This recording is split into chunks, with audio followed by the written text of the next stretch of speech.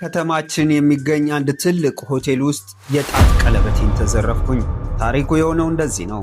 ቤቱን ላይክ፣ ሼር፣ ኮፒ ሊንክ በማድረግ ለሌሎቹ እያዳረሳችሁ እነሆ ታሪኩን አዳምጡት።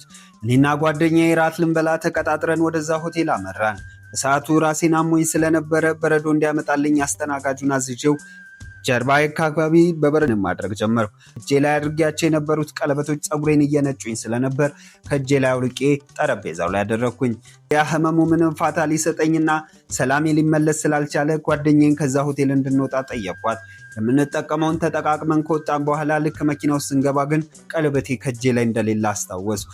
ወደ ሆቴሉም ተመልሼ ጠረጴዛው ላይ ብሄድ ያ ቀለበት የለም። አስተናጋጁን ጠርቼ ብጠይቀውም እንዳላየ ነገረኝ።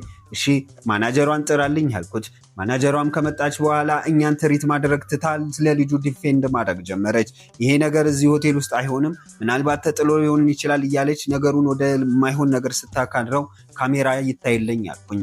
አይ ሆቴል ውስጥ ካሜራ እንደሌለ ነገረች። ነገሮቹ እልህ በመጋባት ቀለበትም ነውና ጥዬ መሄድ ስለሌለብኝ ቤተሰብ ጋር ደወልኩኝ። ፍቅረኛዬም መጥቶ በሁኔታው በጣም ስለተነደደ ፖሊስ እንዲጠራ ተደረገ። ፖሊሶቹም መጥተው ምርመራ ማድረግ ጀመሩ።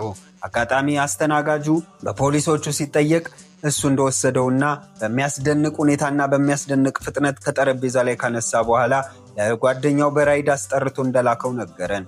እኔም ቀለበቴን ይዤ ተመለስኩ። ይህ ወሬ በነጠላ ነው። ቤቱን ላይክ፣ ሼር፣ ኮፒ ሊንክ፣ ፎሎ ማድረጋችሁን አትርሱ።